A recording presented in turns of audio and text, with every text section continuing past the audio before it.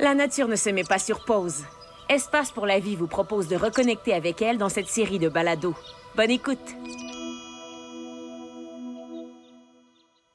Bonjour, je m'appelle Jean-Philippe et je travaille aux collections vivantes du Biodôme de Montréal. Dans ce balado d'Espace pour la vie, je vous parle des migrateurs nordiques. Il s'agit des oiseaux qui sont avec nous durant tout l'hiver et qui nous quittent au printemps. Je vous en présente 4 dans mon deuxième balado sur la migration des oiseaux.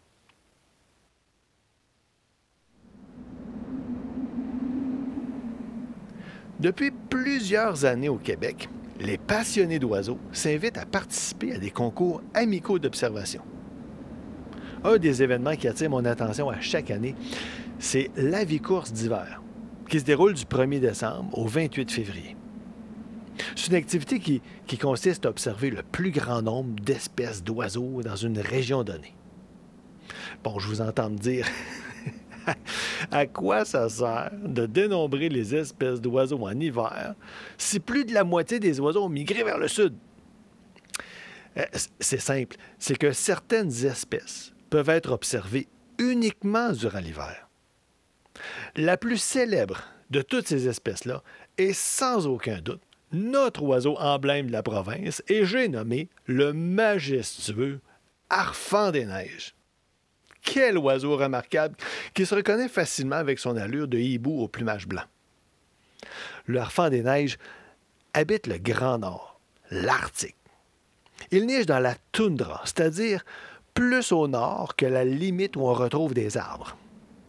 Le paysage dans lequel il va se sentir chez lui là, est couvert de roches, de lichens, de végétation basse, parfois en zone mal drainée, où se trouvent des petits arbustes rabougris. Le relief est plutôt subtil, peu accidenté. Imaginez-vous au beau milieu d'un champ où on voit jusqu'à l'infini. En tout cas, aussi loin que nos yeux sont capables de voir sur 360 degrés. Le Harfang des neiges est un migrateur qui nous vient du nord. Il passe donc les mois d'hiver dans le sud de la province. Du point de vue de la majorité de la population québécoise, c'est un oiseau qui arrive dans les régions habitées vers la fin du mois de novembre et qui nous quitte en avril. Et c'est là tout l'intérêt d'en faire l'observation en hiver. Bon, là je sais ce que vous pensez. C'est un oiseau qui apprécie la toundra, qui est bien équipé pour l'hiver et la neige. Pourquoi est-ce qu'il se déplace sur des milliers de kilomètres pour quand même finir dans l'hiver québécois? Eh bien, tout est dans la disponibilité de la nourriture. Voici ce qui arrive avec les harfangs. Dans la toundra, le mets de choix est un petit rongeur de 12 cm qu'on appelle le lemming. Bon, en réalité, il y a plusieurs types de proies qui sont chassées par le harfang des neiges, mais les lemmings apportent une dimension particulière au mouvement migratoire des prédateurs. Sous l'effet de plusieurs facteurs, il se crée des cycles de grande abondance et des creux de quasi-absence.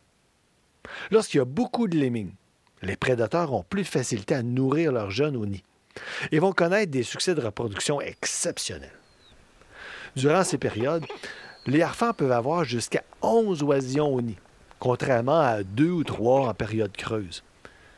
Pour alimenter tous ces oisillons-là, la consommation de lemmings est énorme et la population de rongeurs va donc diminuer rapidement.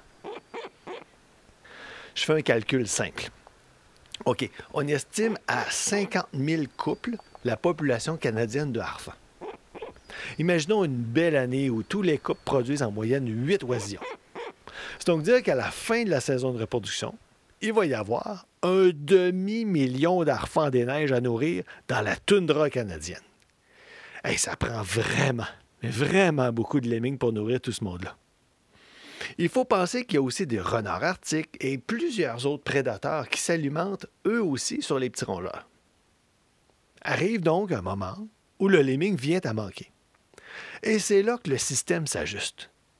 Tout ça nous mène à la meilleure stratégie pour survivre: bouger, chercher ailleurs, chasser où se trouve la nourriture. Les variations dans la disponibilité des lemmings amplifient les mouvements migratoires des harfangs. Pour eux, ça veut dire parcourir des centaines, parfois même des milliers de kilomètres pour trouver un champ qui aura été délaissé par d'autres prédateurs moins bien équipés qu'eux pour affronter l'hiver. C'est que le harfang des neiges a des plumes extrêmement dusteuses et très isolantes jusqu'au bout des doigts, et il possède aussi un système circulatoire qui assure le maintien de sa température corporelle dans les conditions les plus froides. On pourrait dire que le harfang sort de la toundra, mais la toundra ne sort jamais vraiment du harfang. On le retrouve toujours dans les habitats ouverts, où les champs se suivent et se prolongent sur des kilomètres, comme si on était en Arctique. Lors de l'avicourse d'hiver, les participants vont chercher le harfang des neiges principalement dans les basses terres du Saint-Laurent.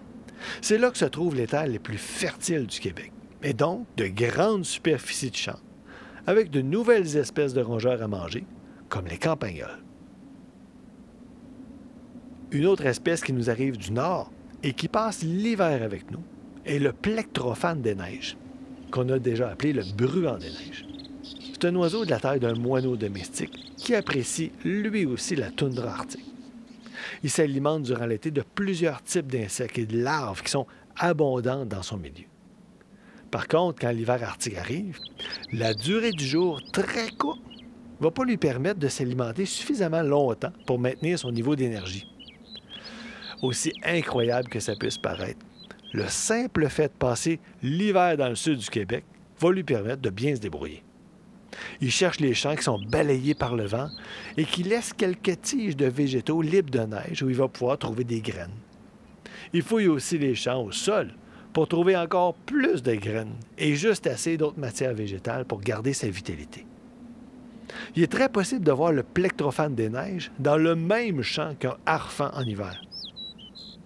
Un fait intéressant est que les mâles au printemps arrivent très tôt sur les aires de nidification en Arctique, jusqu'à 6 semaines plus tôt que les femelles.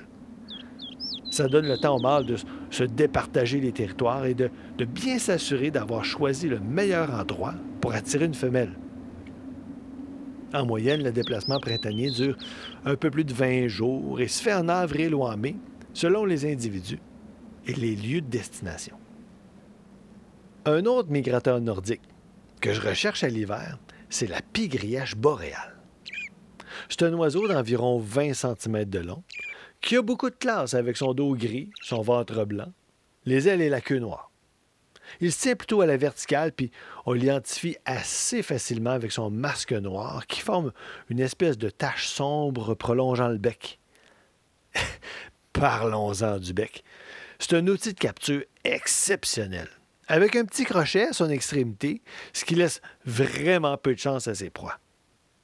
En été, c'est un oiseau qui habite les zones subarctiques, la taïga, où on va retrouver des arbres de petite taille dans un vaste territoire assez ouvert.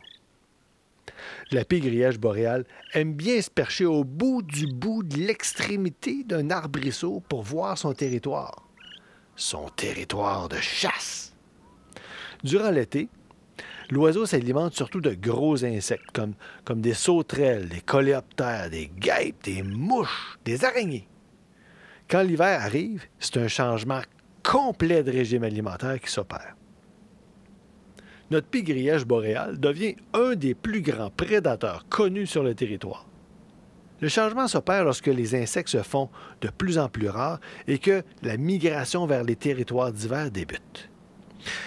La pie-grièche arrive au sud du Saint-Laurent vers la fin d'octobre et va ajouter à son menu des micro-mammifères comme les souris, les campagnols. Les petits oiseaux deviennent eux aussi des proies vraiment intéressantes. Son régime alimentaire va alors se composer de mésanges, de tarins, de citelles, de ciserins, de bruants, de roitelets, et même à l'occasion, des espèces un peu plus grosses qu'elles, comme la tourterelle triste, le cardinal rouge, le jaseur boréal. En tout, plus d'une trentaine d'espèces d'oiseaux ont été identifiées par les chercheurs comme étant des proies pour la pie-grièche boréale en Amérique du Nord. Je trouve ça fascinant de voir comment un animal adapte son régime alimentaire lors de sa migration. Je connais une autre espèce qui modifie grandement son alimentation en fonction de la saison. Je vous parle ici du goéland bourgmestre. C'est un gros goéland, Comme on dit chez nous, c'est un gros élan. Il va habiter l'Arctique à la limite de la formation des glaces. Puis au fur et à mesure que la glace recouvre l'océan Arctique au début de l'hiver, bien, le fond marin devient beaucoup moins accessible à marée basse. Le goéland bourgmestre se met à ce moment-là en vol pour migrer vers des zones dégagées de glace, où il va pouvoir trouver des vers marins sous les roches, des oursins, des petits crabes. C'est qu'il s'alimente dans la zone intertidale. C'est cette portion en bordure de mer qui n'est pas inondée à marée basse. C'est un régime alimentaire qu'il change, là, mais vraiment beaucoup de son menu estival, où il consomme une grande quantité d'oisillons, qui va provenir principalement des alcidés, des bécassos, mais aussi des canetons, principalement de l'oie des neiges. En hiver, c'est donc toujours près des grandes étendues d'eau, comme le fleuve Saint-Laurent, qu'on va le chercher pour notre défi d'observation. Plusieurs autres espèces d'oiseaux vont passer l'hiver avec nous et nous quitteront pour aller nicher au nord lorsqu'arrive le printemps. Je pense, entre autres, aux ciserins flammés, à la buse patue, aux faucons gerfaux, aux bruins hudsoniens. Ce qui attire mon attention avec les espèces dont je vous ai parlé aujourd'hui, c'est de voir à quel point les individus doivent modifier leur régime alimentaire pour survivre à l'hiver, et que ce changement-là se fait en fonction des ressources et du déplacement effectué par l'oiseau. Avoir plus de temps le jour pour trouver sa nourriture, avoir un accès libre de glace et l'abondance des proies sont des éléments cruciaux qui invitent les oiseaux à faire une migration. On dira ce qu'on voudra, mais le Québec l'hiver, ben c'est la Floride pour les oiseaux de l'Arctique. J'espère que vous avez apprécié ce balado. Pour explorer une foule d'autres sujets, visitez le site espacepourlavie.ca.